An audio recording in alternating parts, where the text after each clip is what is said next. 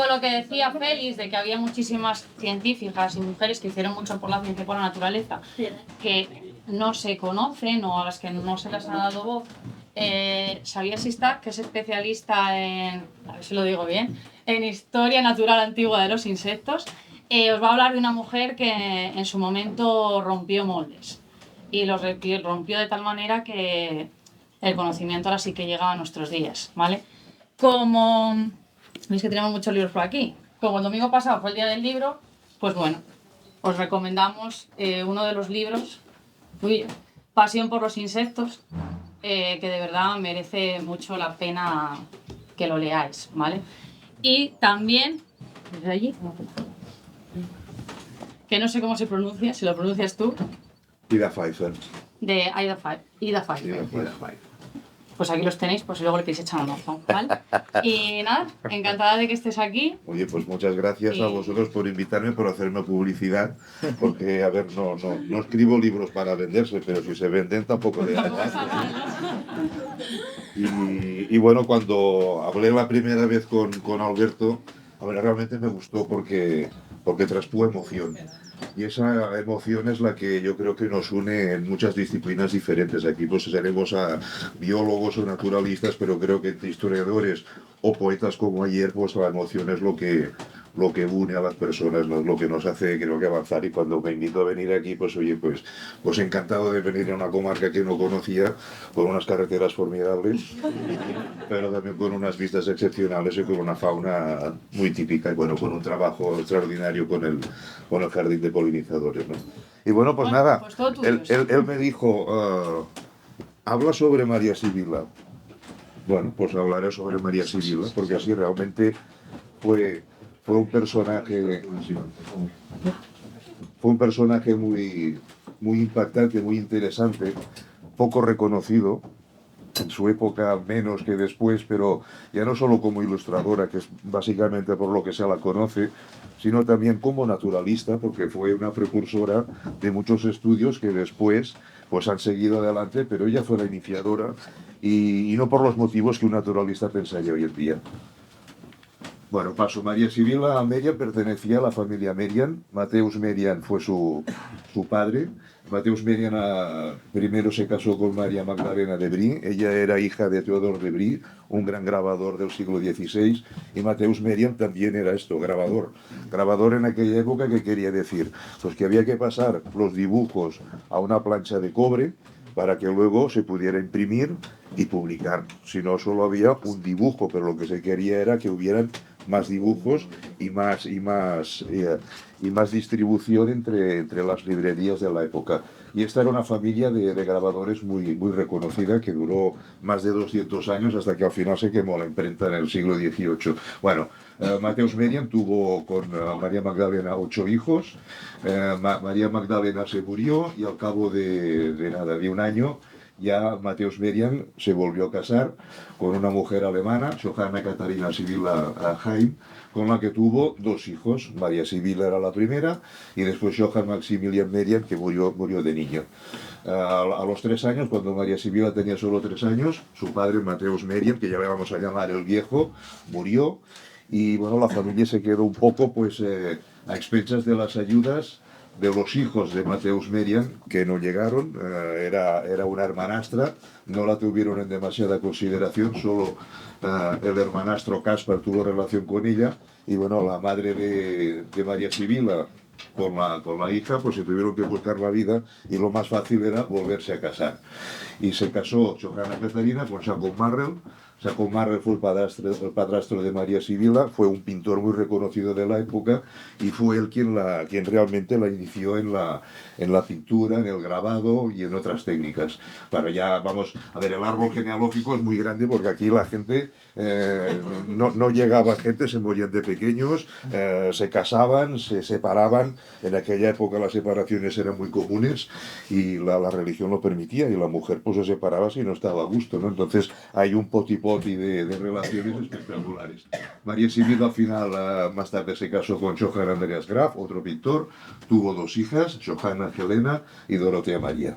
Y lo dejamos aquí, hay más cosas. Hay una curiosidad, y es que una de las hijas de Dorotea María, Salome Abigail, se casó con Leonhard Euler, un matemático importantísimo holandés del siglo XVII, siglo XVIII. Bueno, seguimos.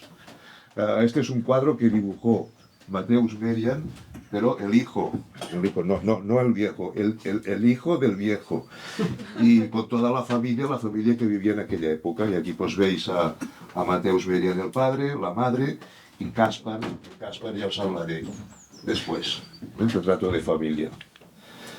Mateusz Merian, bueno, un grabador espectacular de la época. Suyas son muchas obras de divulgación de todo tipo, sobre todo histórica o geográfica. Él es el responsable de estas pinturas.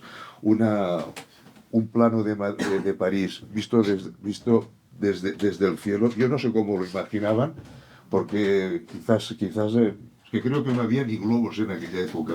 Entonces yo no sé si era Mescalina, que a lo mejor alucinaba, pero bueno, son unos dibujos espectaculares. Hizo dibujos de la mayoría de las ciudades europeas, sobre todo de Alemania y de Francia, y luego también es autor de una serie muy curiosa, el Totentanz, que se dice la danza de la muerte, que hacía alusión a las epidemias de peste de siglos anteriores y posteriores que tuvieron lugar en Europa, donde la peste atacaba a todo el mundo de igual manera, y era igual ser papa que obispo, que rey, que pobre, que cojo, que rico, que era una danza con la muerte terminando muriendo, ¿no? Y también es autor de icones bíblicas, imágenes de la Biblia, y en este caso pues, con toda la representación de la Torre de Babel. En fin, son unos dibujos espectaculares, y él era el grabador. Sin su papel estas obras no se hubieran podido imprimir, ¿no? Jacob Marrel era el padrastro de María Sibila. Él tenía un taller de pintura, y María Sibila se inició aquí a los 10 años y empezó a estudiar, pero claro, el estudio no era solo de dibujo y de pintura y de grabación, es que era también de selección y de encontrar qué colores eran los que se necesitaban para realizar cualquier obra. No cogía un rotulador de color marrón y dibujaba, es que no había rotuladores, y los colores había que buscarse muchas veces entre productos tóxicos y hacer mezclas para que saliera ese color adecuado. Aquí tenéis, por ejemplo, dos cuadros de Jacob Marrel, y veis que las tonalidades, los dibujos, los colores son prácticamente iguales a la realidad. Hay se arriba una mariposa, no tocar escartamines, es que en la realidad es así. Yo no sé ese color naranjado de dónde lo sacaron, pero conseguían los colores de cualquier tipo, y esto María Sibila lo aprendió desde muy pequeña. Bueno, aquí tenéis un mapa de Frankfurt, también obra de Mateusz Merian, el padre. Seguimos. María Sibila se casó con Johann Andreas Graf cuando tenía 18 años. Él era un discípulo del padrastro de María Sibila. La familia vivía en Nuremberg, y pensaron de que era mejor trasladarse de Frankfurt a Nuremberg para montar un negocio de venta de pinturas, de cuadros, y también de pinturas y dar clases sobre pintura. Y allí fueron los dos, el matrimonio. La relación con Johann Andreas Graf no fue maravillosa, pero bueno, al principio estuvieron juntos. Él se dedicaba a vender pues, sus obras, que aquí veis dos de los cuadros, que no están mal, y ella ya empezó también a dibujar, sobre todo dibujar plantas y animales. De hecho, las mujeres tenían prohibido los retratos, por ejemplo, o dibujar ciudades o dibujar castillos. Ellas, el dibujo quedaba restringido prácticamente en plantas y animales, ¿no? Pero bueno, ya se dedicó, y la verdad es que se dedicó siempre con mucho interés, y en 1670 dibujó el iris este que vemos aquí a la izquierda. Es una copia de un autor francés, Nicolas Robert, pero ella le añadió una mariposa en la punta. Ya desde un principio ella ya estuvo muy interesada en los insectos. La primera obra que se publicó es Florum, el fascículo primero, en 1675, y aparecen 12 láminas, donde son todo plantas, simplemente plantas, pero con algún insecto colgando de la rama, de la hoja, en fin, una cosa así. La intención de esta obra no era naturalística en absoluto, sino que era de diseño y un poco como inspiración para las mujeres de la época. A esta obra siguieron dos más, el Florum Fasciculus Alter y el Florum Fasciculus Tefe, el segundo y el tercer fascículo, cada uno llevaban las 12 láminas, y en 1680 se publicó toda la obra conjuntamente, 36 láminas. Los libros no salían en color, los libros se imprimían en blanco y negro, pero después se coloreaban, y aquí era donde María Sibila obtenía los mayores ingresos, en colorear las láminas sueltas o en colorear la obra entera, depende si algún noble pues se lo pedía, las coloreaba y en fin. Y si ves láminas o libros coloreados distintos, ves que son prácticamente iguales, que no hay diferencia, y todas están pintadas a mano, pero no hay diferencias. Ella tenía muy claro cuáles debían ser los colores de cada planta, que son muy fidedignas y se reconocen perfectamente, ¿no? Bueno, los dibujos suyos tuvieron cierto atractivo, y por ejemplo pues queda que aún se conserva un vestido donde hay unos estampados que son motivos suyos de los libros estos sobre flores. Pero ya habéis visto que salían insectos en algunas de sus obras, y ella sobre insectos al principio no conocía nada, pero había algunos predecesores, ya no Aldrovandi o Gessner o Moffat, sino algunos posteriores, como por ejemplo Jacob Hoefnagel, era un holandés.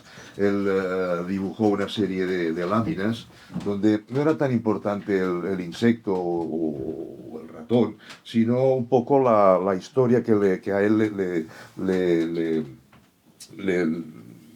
la historia donde podía relacionar estos insectos con alguna cosa. Muchas veces eran sagradas escrituras, pero veis que los dibujos son extraordinarios y son fidedignos. Se ve una Vanessa y yo, un Lucanus Cervus, una Saturnia Piri, y claro, ya María Sibila ya lo que vio fue el escarabajo, un dinástido.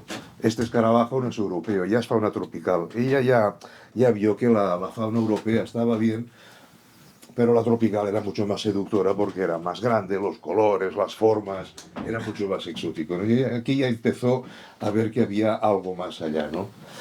Otros predecesores de María Sibila, los que se inspiró, bueno, pues el trabajo de Ulisse Aldrovandi y Thomas Moffat, dos entomólogos y naturalistas del siglo XVI, que Matthäus Merian, el hermanastro de María Sibila, los dibujó. Los dibujos que ya habían aparecido en obras anteriores, hizo los grabados y aparecieron en la obra de John Johnston, que fue un naturalista del siglo XVII. Otra inspiración que tuvo, bueno, pues los microscopistas. Justamente en aquel siglo se descubrió un microscopio, y con el microscopio se pudieron hacer dibujos de especies que anteriormente prácticamente no se podían describir porque no se conocían los detalles, como una pulga de Robert Hooke o un mosquito de Jan Swammerdam. En fin, esto hoy en día no los haces mejores, eran los dibujos de una perfección total. Y María Sibila los conoció el trabajo también de Francesco Redi sobre piojos, y esta es una lámina, pues que hay 4 más, o sea, hay unas 50 especies de piojos que este hombre, bueno, pues se dedicó a buscarlos y a dibujarlos, ¿no? Pero la gracia de Francesco Redi no está solo en esto, sino que él hizo un experimento, el primero en la historia de la ciencia, donde refutó la generación espontánea. En aquella época lo que se creía es que las especies nacían pues así alegremente de la corrupción, de la tierra, de organismos podridos, putrefacción, pero no tenían ni idea de dónde provenían en realidad. Y él hizo un experimento muy sencillo: cogió 2 frascos, en uno de los frascos tiró trozos de carne, pero puso trozos de carne de león, de serpiente, de búfalo, de cocodrilo, en fin, de las especies que fueran, porque pensaba, bueno, es que a lo mejor la generación espontánea se produce en un tipo de carne y no en otra. Bueno, tiró muchos trozos de carne de animales distintos en un frasco sin tapar, y luego los mismos trozos en otro frasco tapado. Claro, ¿qué pasó? Porque en los primeros Enseguida se fueron atraídas las moscas dejaron ir sus huevos, los huevos eclosionaron, nacieron las larvas y luego los adultos, mientras que en el frasco tapado allí no aparecía nada, simplemente la carne porque se descomponía, ¿no? Y esto, un experimento tan sencillo, pues bueno, pues hizo que la mentalidad de los científicos de la época pues cambiara absolutamente, que la idea de Dios estaba muy bien, pero en las iglesias, que esto tenía una razón científica y que era sencillísima, ¿no? Que hay diferentes etapas en la evolución de los organismos. Otra fuente de inspiración de María Sibila fue Johannes Weber. Él fue el de los primeros que dibujó insectos, pero en las diferentes formas, de larva, crisálida y adulto, pero en cambio no ponían los huevos, porque Weber creía en la generación espontánea, por tanto el huevo para él no existía. Ella se documentó en los primeros dibujos ya, aquí tenía 15, 16 años cuando hizo los primeros dibujos sobre mariposas de seda. En Alemania había un mercado muy potente sobre crías de mariposas de seda y de confección del tejido, y ella pues ya las dibujó, pero en todas sus variedades. O sea, aquí lo que veis es desde el huevo a la larva, a la crisálida, al capullo, en el buen sentido de la palabra, y el adulto, ¿no? Y bueno, eso es un momento, diría que es el primer momento en la historia de la entomología donde un autor reconoce todos los pasos de un ciclo biológico de un insecto y además, una novedad es que le añade cuál es la planta nutricia que come ese insecto, que hasta aquel momento en muchos casos no se sabía, y es que en muchos casos no se sabe ni hoy. Hay muchas polillas, mariposas nocturnas, que no se sabe cuál es la larva y mucho menos de qué se alimenta, ¿no? O sea que hay mucho campo por descubrir, pero ella fue la iniciadora. La primera obra sobre insectos específicos fue en 1679 de Raupen Wunderbarber, en fin, lo que dice aquí, la maravillosa transformación de las orugas y sus plantas nutricias. Aquí ya pone insectos, sobre todo mariposas, y la planta nutricia. Ella describe las diferentes fases y de qué se alimenta, de qué planta se alimenta. Y en estos dibujos se reconocen perfectamente las plantas, pero es que los insectos también, desde una melolonta a una arciacaja, a una poligoneacealum, una saturnia piri, una macaón, en fin, que no necesitas ninguna fotografía ni nada porque es que el dibujo es perfecto, ¿no? Hubo una segunda parte de esta obra, cada una de ellas eran 50 láminas, o sea, era una obra espectacular. Y luego coloreada, pues bueno, era una obra de arte de primerísimo nivel, ¿no? Sí que tuvo ciertas ventas y bueno, y económicamente ya subsistía de esto, pero no se le reconoció el gran valor que tenía como ilustradora y luego también como naturalista. Bueno, aquí veis más especies, una Poria crataegui, el Agnus convolvuli, una Vanessa atalanta, la Cyclides podalides, pero tienes que, ahora la gracia está en ver todos los pasos y de qué planta se alimenta, ¿no? Bueno, y luego radicalmente la cosa cambió. Aquí ya no se ven insectos, ni plantas, ni nada. Resulta que la vida con su marido, con Johann Andreas Graf, fue mal, cada vez peor. La relación no funcionaba, a pesar de haber tenido dos hijas. Él se ve que tenía una vida disipada y disoluta, y bueno, era bebedor y supongo que más cosas. Y ella pues se quiso separar, él lo quería, pero ella de hecho se escapó con las dos hijas y se fue a vivir aquí al castillo de Balta, en Vivert, en Holanda, porque su hermanastro Caspar ya había ingresado aquí. Esta era una comunidad lavadista creada por Jean de Lavadie. Jean de Lavadie era un sacerdote jesuita, pero se ve que vio su luz y se convirtió al protestantismo y bueno, pues creó una comunidad lavadista de inspiración calvinista muy estricta. De hecho, los calvinistas son extraordinariamente estrictos, ¿no? Tanto como el frío de los países donde viven, ¿no? Y bueno, pues en aquella época no era solo esta comunidad lavadista, hubo muchas comunidades protestantes de distinto origen que se formaron, y esta era una de ellas y tuvo muchos adeptos. En este castillo vivían más de 600 personas en un régimen de vida complicado, no se podía, bueno, las mujeres no se podían ni limpiar el pelo, se lo cortaban, el vestido era de ropa, sin colores. María Sibila durante estos años prácticamente no dibujó nada. Pues en su libro de notas sí que hace algunos apuntes, pero no dibujó. Pero bueno, pero estaba bien cuidada, estaba protegida del marido y aquí pues vivió pues 5 años. En esta comunidad, por ejemplo, vivió Anna von Schurman, se conoce como la estrella de Utrecht, una mujer que estudió en la universidad, hablaba 10 o 12 idiomas y estuvo en esta comunidad aquí. No era gente que no tuviera conocimiento, era gente intelectuales, algunos de primera categoría como ella, lo que pasa es que tenían unas ideas religiosas particulares, ¿no?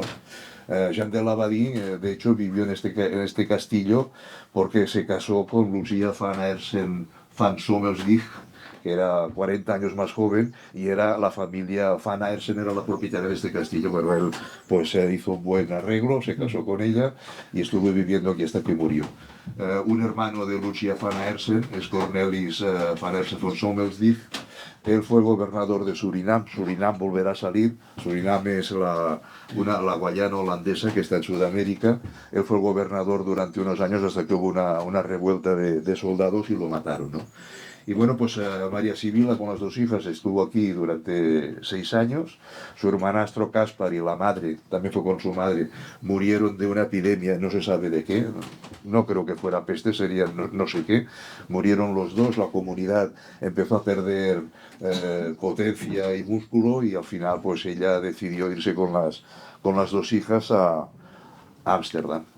Ámsterdam era el centro cultural de aquella época, un país donde la libertad estaba ampliamente reconocida. Venían intelectuales de muchos signos distintos, la religión estaba permitida a la que quisiera y ella aquí se sintió muy cómoda y además ella sabía que era el centro donde podía continuar con sus estudios.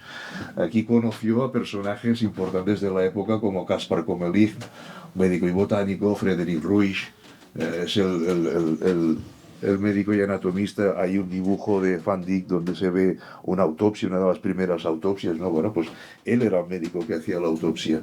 O Nicolas Witsen, que era el presidente de la Compañía Holandesa de las Indias Occidentales, Steven van Blankart, otro naturalista, autor de una obra curiosa donde mostrario de orugas, donde trata de orugas, pero aparecen ya otra vez ya los insectos tropicales, aquí son helicónidos de Sudamérica, y esto era muy atractivo. Los colores, las formas, realmente para el que conoce la fauna europea está muy bien, pero cuando ves la tropical seduce, ¿no? Y María Sibila seguro que también fue a la galería del Palacio de Levinus Vincent, donde había un muestrario espectacular. Era un gabinete de curiosidades, pero a lo bestia, ¿no? Gabinete de curiosidades lo puedes tener en una habitación, como es mi caso, una cosa humilde, por lo de más espacio, o puedes tener un palacio, ¿no? Como era el caso de Levinus Vincent. Y claro, y pues la gente iba, lo veía, compraba porque había mercado, porque estas especies exóticas, que podían ser mamíferos disecados o insectos o conchas, tenían un valor. Hubo un coleccionista posterior, no muy posterior, a Albertus Seva, que tenía una colección espectacular de estas obras y de estas especies, y bueno, y había mercado y había negocio, ¿no? Ella que decidió que tenía que irse a un país tropical y lo más fácil era ir donde, pues a Surinam. Y decidió ir a Surinam con 50 años. Para ir aquí tuvo que vender muchas láminas y después recibir una subvención del ayuntamiento de Ámsterdam porque no tenía dinero. O sea, por muy fantástica que fuera como ilustradora, el reconocimiento era menor. No porque fuera mujer, sino porque la ilustración en aquella época pues no tenía el mismo valor que ahora, ¿no? Y bueno, en 1799, pues fue con su hija pequeña a Surinam. Bueno, viaje en barco, pues eran solo 3 meses. Y bueno, pues os podéis imaginar en qué condiciones. Era 1699. Llegó a Paramaribo, que era la capital, sigue siendo la capital de la Guayana holandesa. En Paramaribo había una ciudad pequeña, delante del fuerte vivían 1000 europeos, 1000 blancos, y el resto de la población eran todos esclavos negros o indios. Y ella estuvo un tiempo aquí, unas semanas en Paramaribo, pero ya enseguida ya quiso ir al interior del país y veis a la derecha un mapa, una cruz en la parte de abajo donde está Paramaribo y una cruz en la parte de arriba remontando el río Surinam, está a 65 kilómetros de Paramaribo, donde había una comunidad lavadista. De casualidad, ¿no? Las relaciones siempre se tenían y ella sabía que tenía que ir en algún lugar amistoso. Amistoso entre comillas, porque la vida en esta zona, en este lugar, no fue agradable para ella porque ella se dedicó a buscar insectos, a, a encontrar fauna para poderla dibujar, para poder conocer su ciclo biológico, para ver cuál era la larva, el huevo y luego el adulto, pero aquí ellos estaban pendientes de la recolección de caña de azúcar. Todo esto que veis, estos dibujos son parcelas. Eran parcelas de propietarios que cultivaban la caña de azúcar, que era el gran negocio de la época, ¿no? Y claro, cuando vieron a una mujer con su hija allí por la selva, me imagino que con estos utensilios, aquí veis la parafernalia que suele llevar un entomólogo. Esto es un dibujo del siglo XVIII de Jacob Christian Schäfer, pero es que el entomólogo de hoy no va de una manera muy distinta. Puede llevar los mismos utensilios, más modernos, pero bueno, el cazamariposas esto es universal. Bueno, pues claro, esta mujer, María Sibila, ahí en medio de la selva, que ya decía, es que por la selva es horrible, es que me hundo los pies, no puedo avanzar. Los esclavos tienen que ir un día antes, desmatar la selva y luego poder entrar yo para ver las especies, pero así todo es muy fatigoso, ¿no? Ella explica muchas cosas de aquí de Surinam. Por ejemplo, me hizo mucha gracia de que en el mismo río Surinam, pero unos kilómetros más abajo, había la Joden Saban, la sabana de los judíos. Bueno, era una comunidad de judíos sefarditas que se establecieron aquí. Es la primera comunidad judía que se estableció en América. También plantaban caña de azúcar y también tenían esclavos. De manera y ella esto lo critica mucho porque tenía una mirada mucho más abierta y el tema de la esclavitud. Aquí las mujeres negras cuando quedaban embarazadas consumían una flor que le pusieron por lo menos flores pavonis para provocar abortos, porque lo que no podían soportar era tener hijos que fueran esclavos igual que los padres, ¿no? Porque las condiciones eran terribles.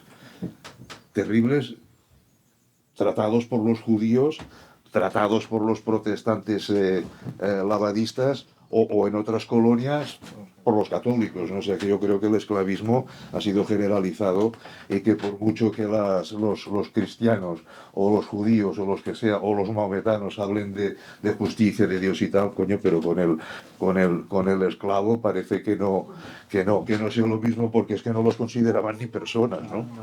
Eran otra especie.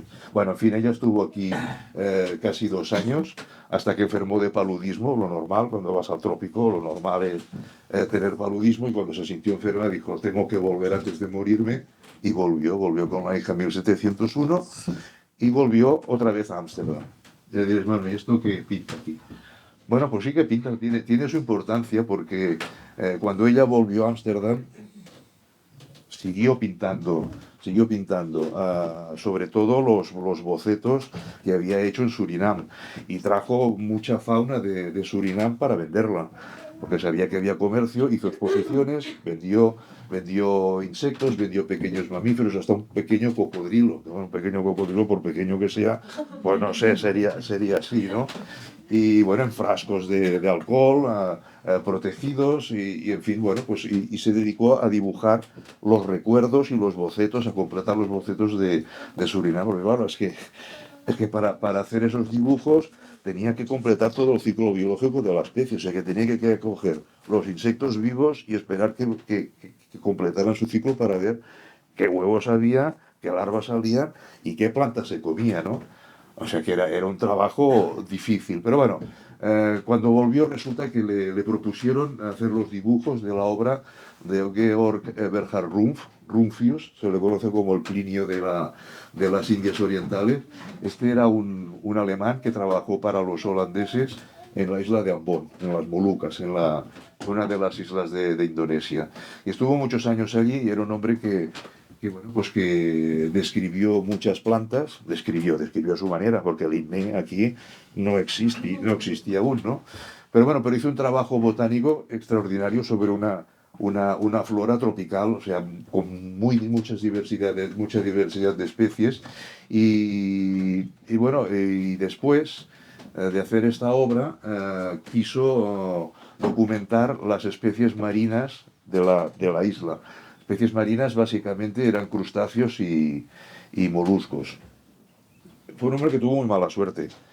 Y yo no sé si hablar de él hasta puede dar yuyu, porque es que se quedó ciego de los dos ojos cuando estaba a medio escribir de la obra sobre las plantas. Le ayudaban su mujer y su hijo. Su mujer y su hijo murieron cuando hubo un tsunami y tiró la pared de la casa, murieron los dos y él ciego de los dos ojos. Completó la obra, la mandó a Ámsterdam para ser publicada, pero el barco naufragó, perdió la obra, pero se había guardado una copia. Y finalmente la copia sí pudo ser conservada y se publicó. Cuando murió este hombre, que en Ambon fue una celebridad, se le hizo un monumento. Pero los nativos de la isla dijeron, hostia, este monumento, aquí hay algo raro, debe haber un tesoro debajo. Bueno, desmontaron el monumento y se terminó el memorial a Rumf. Hasta que siglos más tarde dijo, no, vamos a hacerle un monumento como se merece este hombre. Este hombre aquí en Ambon ha sido muy importante porque en sus obras no solo habla de la fauna, sino que habla de las curiosidades de los nativos, de cómo se comercia. Son libros muy interesantes. Bueno, pues esa obra, ese nuevo busto que parecía ya que duraría por todos los siglos, pues fue bombardeado durante la Segunda Guerra Mundial y se terminó, ¿no? O sea que hablar de Rump, hablaré rápido porque yo creo que todo se pega. Y bueno, pues aquí veis crustáceos, son dibujos de María Sibila, es un nautilus, veis cásidos, murícidos, estrómbidos, un Lambis scorpius, un Strombus latissimus, en fin, que son especies que se reconocen enseguida. El dibujo es perfecto. Bueno, pues ella dibujó esto y después, cuando terminó, ya apareció la gran obra sobre Surinam, que es sobre lo que María Sibila es más conocida. El Metamorphosis Insectorum Surinamensium apareció en holandés y en latín fundamental, porque si una obra no se publicaba en latín, ya no se consideraba científica. Las anteriores habían sido en alemán, pero esta fue bilingüe. Pero esta fue una obra extraordinaria en todos los sentidos. Aquí veis lo mismo, las láminas en color, salían en blanco y negro y luego las coloreaba ella. Pero veis que bueno, pues, hay mariposas, hay un longicornio, hay un velostoma, polillas, mántidos. Se dedicó a diversos insectos y siempre con la planta nutricia. Bueno, aquí ves un ejemplo de cómo aparecía en blanco y negro y luego pues en color. El cambio es notable, pero es que además yo lo que no sé es cómo memorizaba ella los colores de cada cosa, ¿no? Porque aunque... ¿Qué? ¿A 10 minutos? Pues los memorizaba en 10 minutos. Vale. Pues bueno, pues no sé cómo memorizaba los colores porque son exactos a la especie, ¿no? A ver, seguimos. Su obra como naturalista. Por ejemplo, en esta lámina, ella dibuja una araña, una migala, que se está comiendo un colibrí. Se aprecia la cabeza, el pico, y los naturalistas de la época y posteriores dijeron que va, esto es imposible, no hay ninguna araña que se coma a un pájaro. Bueno, pero sí pasó, porque un siglo más tarde, Walter Bates en la Amazonia descubrió que sí, que había unas arañas enormes que eran más grandes que una mano, más grandes que tu mano, porque la mía es más pequeña, ¿no? Pero son arañas que tienen más de 20 centímetros y que realmente se comían los pájaros, se ponían encima, los picaban, los chucaban y morían. Y después otra cosa muy curiosa que descubrió fue sobre la Fulgora laternaria que tenéis a la derecha. Esto es un hemíptero homóptero muy emparentado con las cigarras que vive en las selvas tropicales, y ella dijo escrito que una noche pues se levantó, no podía dormir y había una caja cerrada donde había ruido, donde había puesto estas especies para ver cómo evolucionaban. Abrió la caja y bueno, encontró que había allí una luz enorme que no sabía de dónde salía, y entonces dijo que eran insectos luminiscentes. En aquella época dijeron que esto se lo había inventado, que esto no era verdad, que ella se creía lo que le decían los esclavos negros y los indios y que no era verdad. Y sí, se descubrió que sí, pues que se descubrió hace menos de 10 años, que si recibe luz azul, este insecto pues produce una luminiscencia muy particular y muy destacable. Y entonces es de suponer que aquella noche habría luna, que la luna sí que hace un color más o menos azulado, o quizás las cortinas donde estaba allí en la ventana daban esa luz azul y ella vio realmente que las fulguras eran luminiscentes. Bueno, ya voy terminando. Ahora serán 6 minutos o 7, ¿no? En la segunda edición de su Metamorfosis Surinamensium ya aparecen otros animales que no son insectos, pero la gracia que tienen es que, ¿quién lo clasifica? Caima cocodrilos, Linné. Y la serpiente, Anirius esquitale, Linné. El Tupinambis de Gixin, Linné. O sea, estos insectos que aparecen en las obras de Merian sirvieron a Linné para poder clasificar estos animales. O sea que Linné es seguro que se inspiró o que consultó las obras de María Sibila, todo que Linné ya dejó escrito como otros autores de descripciones de insectos, sobre todo, que no era tan importante la imagen sino la descripción escrita. Pero en fin, si tienes la descripción escrita de la imagen, pues creo que mucho mejor. Bueno, María Sibila ha recibido reconocimientos y algunas especies pues llevan su nombre en honor suyo, como Avicularia meriane, de un autor japonés del año 2017. Pero bueno, este tal Fukushima pues reconoce que Merian fue importante y una avicularia, que era una araña parecida a la que ella dibujó, pues le dio su nombre, ¿no? Merianae. Pero es que Linné también le dio un nombre en su honor, Pseudis merianae, que es esta rana, o Fabricius, que fue otro gran entomólogo del siglo XVIII, posterior a Linné, Plístenes meriane, o sea que reconocían su obra y como honor pues dedicaron algunas especies. Y bueno, ya estoy terminando. Sobre la obra de Merian, claro, están los libros publicados, pero sobre todo están las láminas. Y hay centenares de láminas de Merian que se conservan, sobre todo en la Academia de Ciencias de San Petersburgo, porque el zar Pedro I el Grande hizo 2 viajes a Holanda, porque quería conocer un país adelantado y que Rusia pues pudiera avanzar de alguna manera, ¿no? Y en el segundo viaje pues conoció la obra de Merian y compró pues todas las láminas que pudo y se las vendió su yerno. El marido de su hija pequeña le vendió las láminas y la compra se hizo justo el día en que María Sibila murió, con 70 años de un ictus cerebral, o sea que María Sibila no supo que su obra se vendía y se iba a Rusia, ¿no? El zar la compró, el zar la tenía en una gran estima, además estaba todas las láminas en el gabinete principal y había un retrato también de María Sibila, que se ve que el zar cada día iba allí y bueno, la reverenciaba, ¿no? La hija pequeña y el marido fueron a vivir a San Petersburgo, pero mucho dinero seguro que tampoco hicieron porque en fin, hablaban de que había más penurias que otra cosa. De todas maneras, María Sibila, cuando fue enterrada, fue descrita por el censo que había muerto una mujer pobre. Una mujer pobre. Bueno, mejor es que en aquella época habían solo pobres o millonarios, no sé, pero que no, de toda su obra no se benefició especialmente. Vivió bien, pero no cómodamente. Aquí tenéis algunos retratos de María Sibila. El primero de la izquierda, este lo hizo su padrastro, o sea que es muy fidedigno, y el de la derecha también, porque lo hizo su yerno, Pluma, entonces aquí sí que podemos tener una idea de cómo era María Sibila. Los 3 de abajo, bueno, yo creo que son recreaciones fantásticas, sobre todo la del medio, yo que veo aquí una María Sibila ya entrada en carne, ya estaba, comía bien y no era la cuestión. Y la de la izquierda, pues, en fin, no sé de dónde sale. Y el busto, pues tampoco, no sé. Hay artistas que imaginan mucho cuando tienen el original real a disposición, ¿no?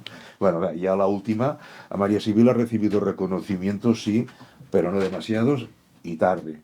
En Alemania se la honró con su imagen en los billetes de 500 marcos y hay un un sello de 40 céntimos que también lleva su imagen supuesta, porque es que en realidad no era así, ¿no? Y Google en su ¿cómo era? El Doodle diario del 26 de abril del 2011, pues saca algunos insectos dibujados por María Sibila y la iguana. Y luego un barco oceanográfico científico alemán, que en su momento fue el más importante y el más significado, se le dio el nombre María Sibila Media. Pero aparte de esto, pues hay poca cosa. Sí que hay libros escritos sobre ella, muy pocas biografías y sobre todo las obras pictóricas, estos sí, los libros están todos publicados y las láminas de San Petersburgo están disponibles. Es una autora que, en fin, que a mí siempre me ha gustado, ¿no? Porque por extraña, por desconocida, pero al mismo tiempo por importante, ¿no? Y que merece estar pues en la lista de los mayores ilustradores y también de los principales naturalistas de la época, ¿no? Y hasta aquí.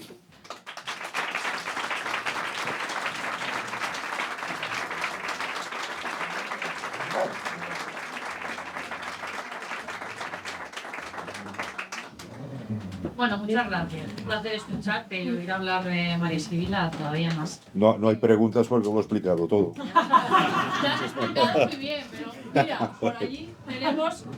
Sí, yo quisiera hacerte, para felicitarte por el trabajo, por el libro que has hecho, pero por el mismo trabajo y por lo bien que lo haces, pero por una razón importante, creo, a mi modo de ver. La historia de la biología siempre la solemos basar en la historia y las aportaciones de grandes gigantes que se apoyan en los hombros de otros gigantes y eso va conformando nuestra existencia, nuestra vida. Léase, por ejemplo, Darwin, Humboldt y algunos otros. Pero para que esos gigantes pudiesen hacer las aportaciones correspondientes, tienen que hacerlo en base a todas las aportaciones de personas menos conocidas. Este es un buen ejemplo. Yo no lo sé y seguramente tú a lo mejor me lo puedes decir, pero estoy muy convencido de que la influencia de las láminas de esta persona han tenido una influencia brutal en otros botánicos, Bonpland y en algunos otros que han sido también unos gigantes así, tal, o Fabry o montones de otros. Es que en aquella época... Es fantástico poner de relieve y el valor de todas estas personas que han contribuido al conocimiento de la ciencia. Porque es que en aquella época la publicación era escasa, pero la publicación ilustrada aún menos. Y no había una fotografía, se tenía que hacer a mano. Y tenían que haber ilustradores muy precisos y que conocieran la biología de aquella especie para hacerlo lo más parecido posible. Entonces, como no eran muy numerosos, eran muy apreciados por los naturalistas o científicos, ¿no? La población era otra cosa. Claro, porque, por ejemplo, estas personas han recreado el ciclo de vida de un buen número de insectos, por ejemplo, ¿no? No sé si este es el caso, pero puede servir como ejemplo de que unos buenos procesos o historias o trabajos que han hecho estas personas, personajes como Darwin los han tenido que leer. O seguro. Y eso naturalmente ha tenido que ver en todas las interpretaciones que han hecho sobre la evolución de las especies, migraciones, etcétera, etcétera, ¿no? El conocimiento es acumulable. Claro. Y no puedes saberlo todo desde el principio. Pues por eso el valor de que pongas, del valor de toda esta gente y que haya personas que, como en tu caso, lo pongan en valor y en conocimiento de todos nosotros. Sí. Gracias. Mucho bien.